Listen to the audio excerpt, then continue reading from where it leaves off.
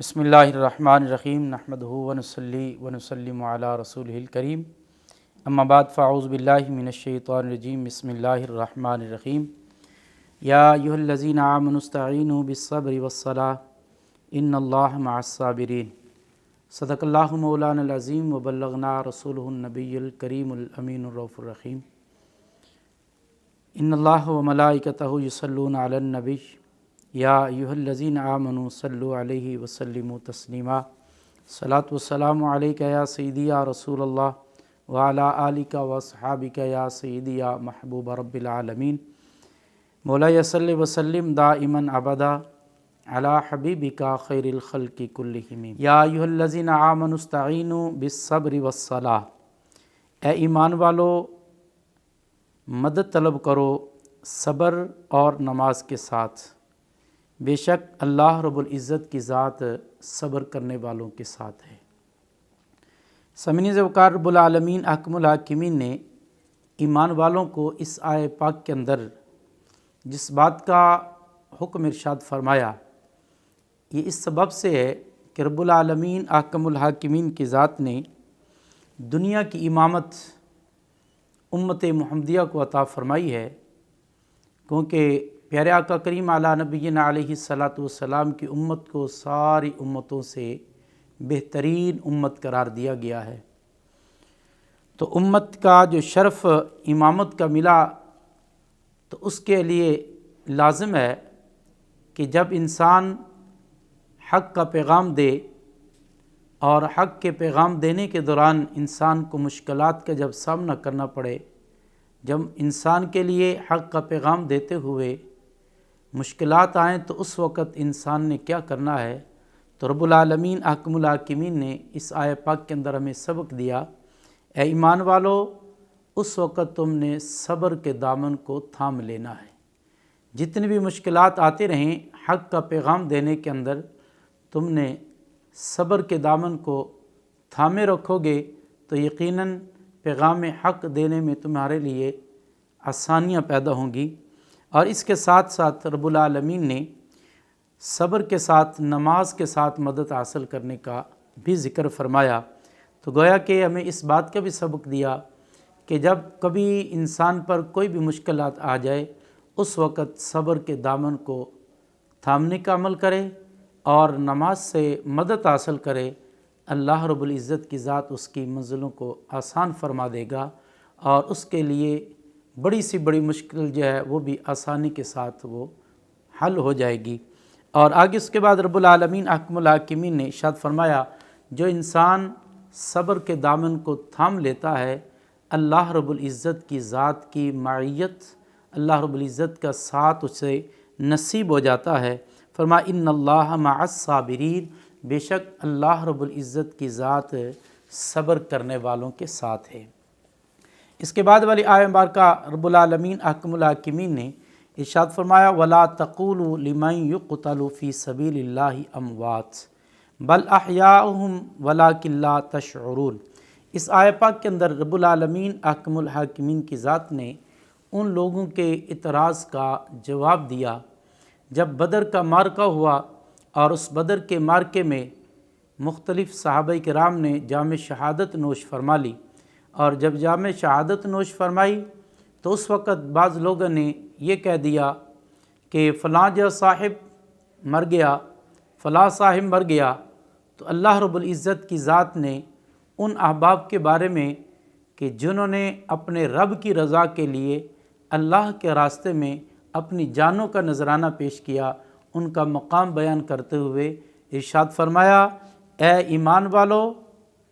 وہ لوگ جو میرے راستے میں حق کا پیغام دیتے ہوئے حق کی سربلندی کے لیے جنہوں نے اپنی جانوں کا نذرانہ پیش کر دیا ہے، یہ مردہ نہیں ہیں بلکہ یہ زندہ ہیں، اور ایسے زندہ ہیں ان کی زندگی کا تم شعور نہیں رکھتے۔ اس آیہ مبارکہ سے ہمیں ایک تو یہ پتہ چلا کہ جو احباب جو ہے اللہ کے راستے میں جام شہادت نوش کر لیتے ہیں، اللہ رب العزت کی ذات نے انہیں زندہ قرار دیا ہے، اور یہ مردہ نہیں، بظاہر تو ان کی جسم سے روح نکل گئی ہے، لیکن مالک کی ذات نے انہیں جاویدانی جو زندگی نصیب فرما دی ہے وہ ایسی جاویدانی ہے کہ رب العالمین نے قبروں کے اندر بھی ان کے اجسام کو تر و تازہ رکھا ہے،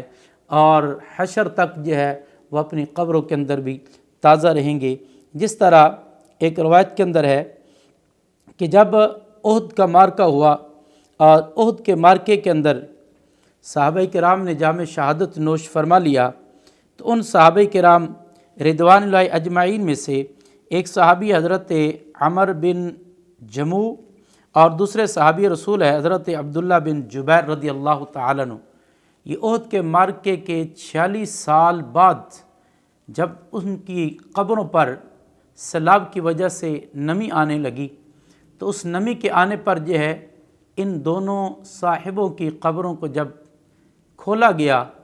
تو جب کھولتے ہیں تو پھر آگے نظارہ کیا تھا کہ دونوں کے جسم اقدس جو ہے اپنی اپنی قبروں کے اندر جو ہے تر و تازہ تھے اور صحیح سلامت موجود تھے، اور ان کے جسموں سے خوشبو آ رہی تھی۔ اور اسی طرح ایک اور واقعہ جو ہے، یہ تو 46 سال بعد کا واقعہ ہے،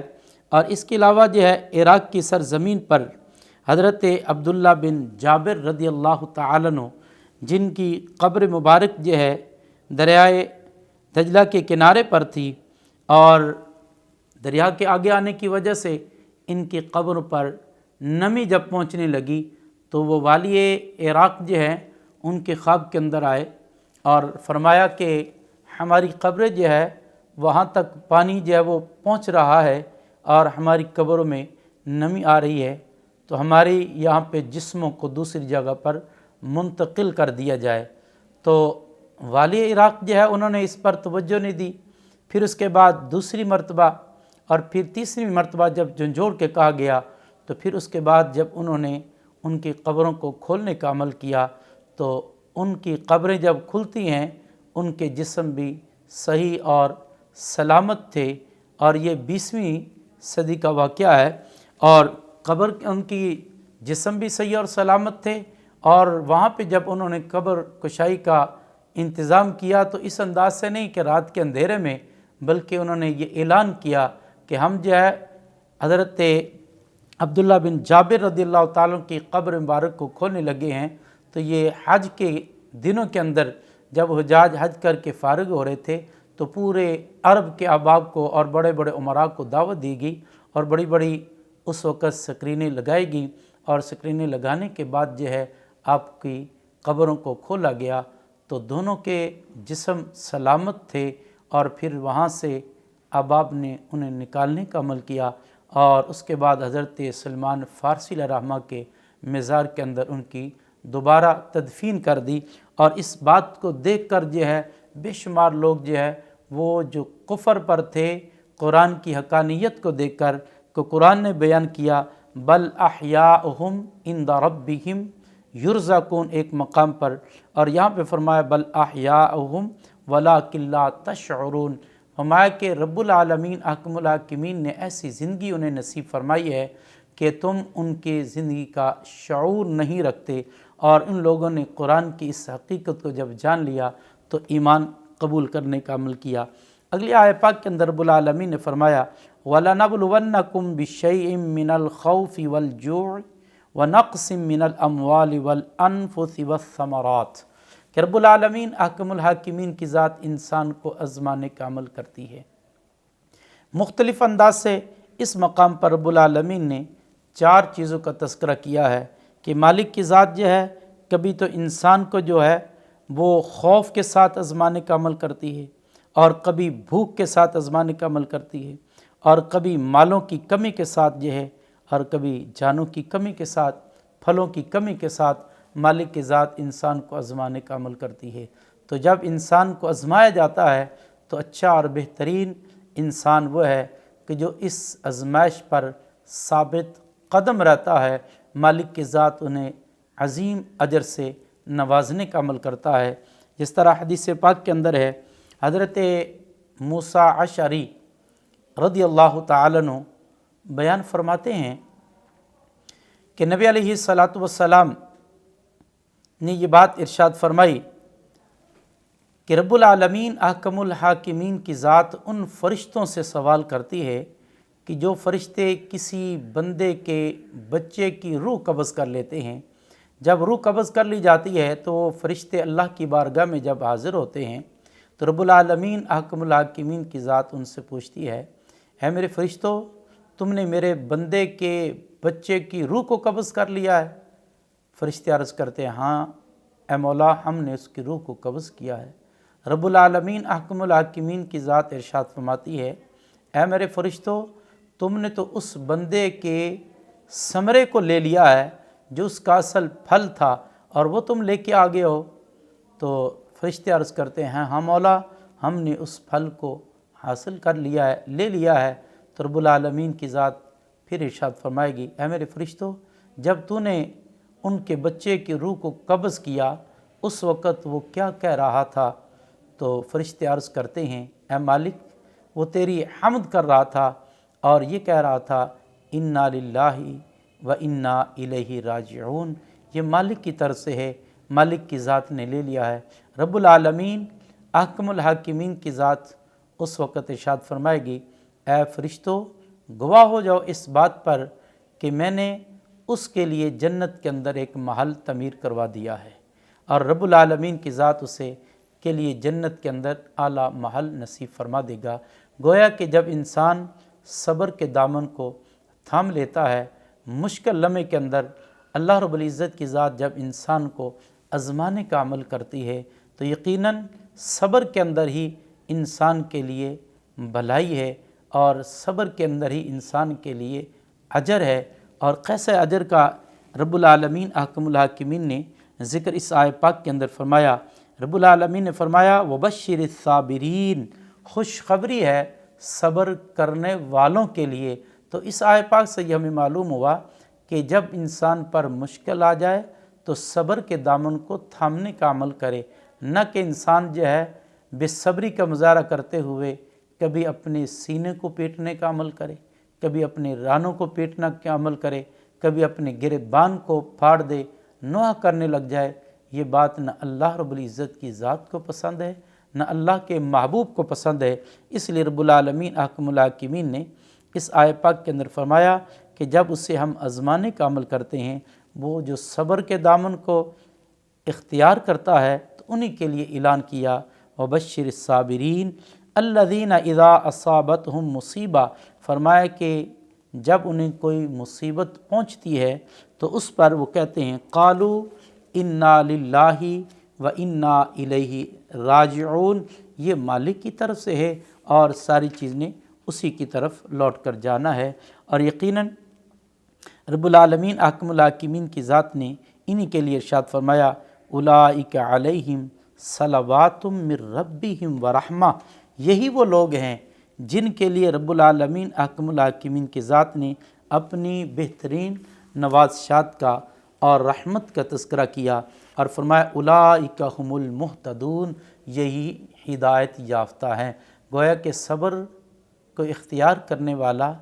اسے ہدایت والا قرار دیا گیا ہے، صبر کے دامن کو تھامنے والے کے لیے اجر کا اعلان فرمایا گیا ہے۔ دوسری ایک حدیث مبارکہ میں ہے، نبی مکرم شفیع معظم صلی اللہ تعالی علیہ وسلم نے ارشاد فرمایا، جب کسی بندے پر کوئی مشکل اور مصیبت آتی ہے اور اس لمحے انسان جو ہے وہ صبر کے دامن کو تھام لیتا ہے، تو پیارے آقا کریم علی نبینا علیہ الصلاۃ والسلام نے اس صبر کرنے والے کے بارے میں ارشاد فرمایا کہ جب قیامت کا روز ہوگا، اللہ رب العزت کی ذات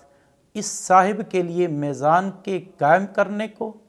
اور اس کے حساب کھولنے سے حیا فرماتا ہے۔ گویا کہ رب العالمین کی ذات اسے انعام کے طور پر اس کا میزان نہیں قائم کیا جائے گا اور نہ ہی اس کا نامہ اعمال کھولا جائے گا، بلکہ رب العالمین اس کے میزان قائم کیے بغیر اور اس کے نامہ اعمال کو کھولے بغیر رب العالمین کی ذات جنت نصیب فرما دے گا۔ ایک اور حدیث مبارکہ میں ہے کہ نبی مکرم شفیع معظم صلی اللہ تعالی علیہ وسلم نے ارشاد فرمایا، جب کل قیامت کا روز ہوگا، رب العالمین احکم الحاکمین کی بارگاہ میں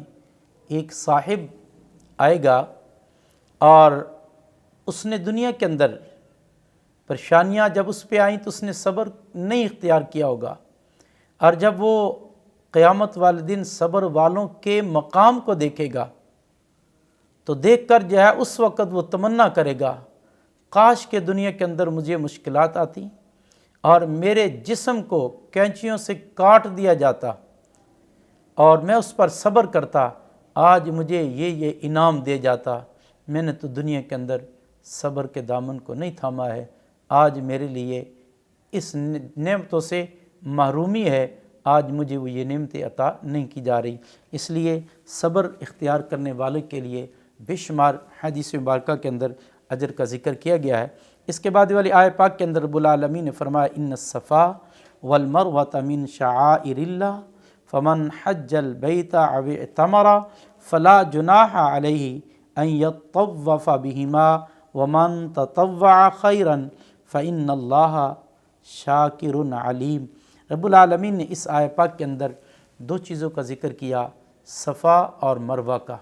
اور ان کے لیے ارشاد فرمایا کہ بے شک صفا اور مروہ جو ہیں یہ اللہ رب العزت کی نشانیوں میں سے ایک نشانی ہے۔ تو شاعر کہتے ہیں علامت کو، نشانی کو۔ یہ صفا اور مروہ دو پہاڑیاں ہیں کہ جو پہاڑیاں جو ہے بیت اللہ شریف کے سامنے ہیں، صفا جو ہے ایک پہاڑی ہے اور دوسری مروہ ہے جہاں پہ حج اور عمرہ کرنے والے جو احباب جو ہیں وہاں پہ سعی کرنے کا عمل کرتے ہیں۔ تو ابتدان میں ایمان والوں نے اس مقام پر سعی کرنے سے گریز کر رہے تھے اور یہ خیال کرتے تھے کہ یہ صفا جو پہاڑی ہے یہاں پہ ایک بت رکھا ہوا تھا زمانہ جاہلیت کے اندر اوصاف،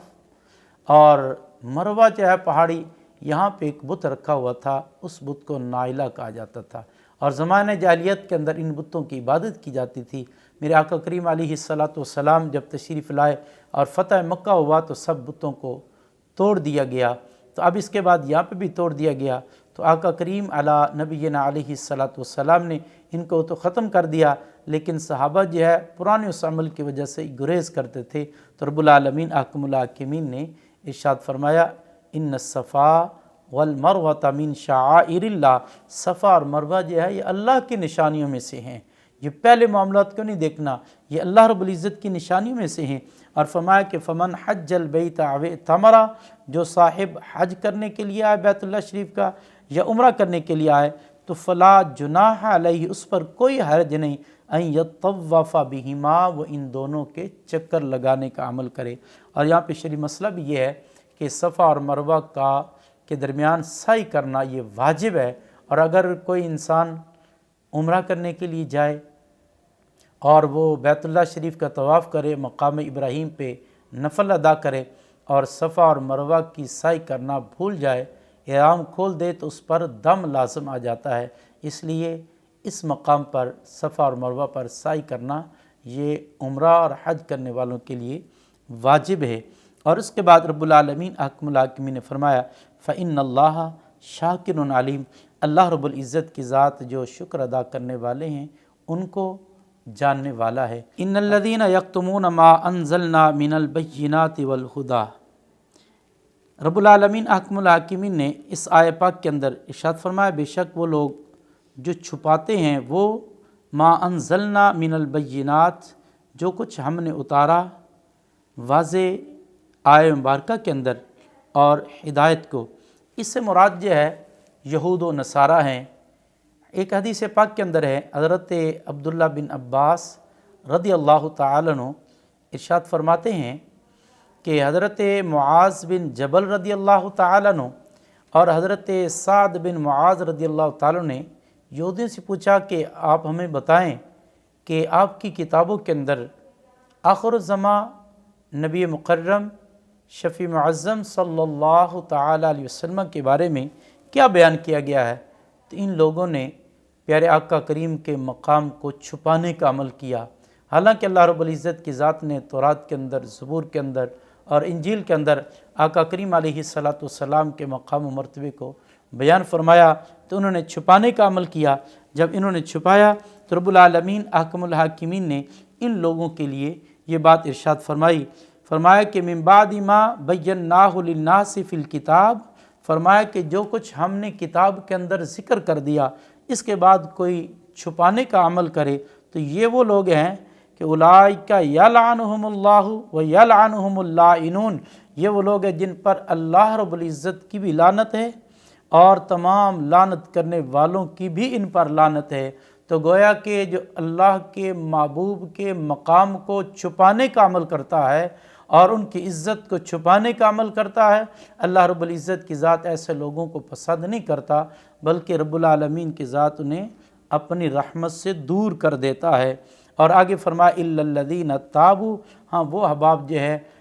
توبہ کر لیں اس اپنے عمل سے اور اپنی اصلاح کریں، تو فرمایا رب العالمین احکم الحاکمین کی ذات ان کی توبہ کو بھی قبول کر لیتا ہے۔ اور رب العالمین نے ان لوگوں کے لیے فرمایا اولئک اتوب علیہم وانا التواب الرحیم، فرمایا کہ وہ لوگ ہیں جن کے مالک کی ذات نے توبہ کو قبول کر لیا اور مالک کی ذات توبہ قبول کرنے والی رحم کرنے والی ذات ہے۔ اس کے بعد والی آیت پاک کے اندر رب العالمین نے فرمایا ان الذین کفروا وماتوا وهم کفار، فرمایا کہ وہ لوگ جنہوں نے کفر کیا اور کفر کی حالت میں مر گئے، اولئک علیہم لعنت اللہ والملائکۃ والناس اجمعین، یہ وہ لوگ ہیں جن پر رب العالمین احکم الحاکمین کی ذات کی لعنت ہے اور فرشتوں کی ہے اور تمام لوگوں کی ہے۔ ایسے لوگ ہمیشہ ہمیشہ جہنم کے اندر رہیں گے۔ اللہ رب العزت کی ذات ان پر عذاب کے اندر کوئی تخفیف نہیں فرمائے گا اور نہ ہی ان پر کل قیامت کے روز نظر رحمت فرمائی جائے گی۔ اس رکوع کی آخری جو آیہ مبارکہ ہے اس میں اللہ رب العزت کی توحید کا تذکرہ کیا گیا اور رب العالمین نے فرمایا وَإِلَٰهُكُمْ إِلَٰهٌ وَاحِدٌ، رب العالمین کی ذات وہ واحد ہے، وحدہ لا شریک ہے اور اس کا کوئی شریک نہیں۔ فرمایا کہ لا الہ، نہیں ہے کوئی معبود الا ہو مگر وہی رب العالمین کی ذات، وہ رحمان بھی ہے رحیم بھی ہے۔ تو گویا اس رکوع کے اندر اللہ رب العزت کی ذات نے اختتام پر اپنی وحدانیت کا ذکر کر کے ہمیں سبق دیا، اے دنیا والو رب کی ذات وحدہ لا شریک ہے اور رب کو وحدہ لا شریک ماننے والا ہی دنیا اور آخرت میں نجات حاصل کرنے والا ہے۔ اللہ رب العزت کی بارگاہ میں دعا ہے مالک کی ذات ہمیں ان آیائے بینات کو سمجھنے کی، اس پر عمل کی توفیق نصیب فرمائے۔ وآخر دعوانا الحمدللہ رب العالمین۔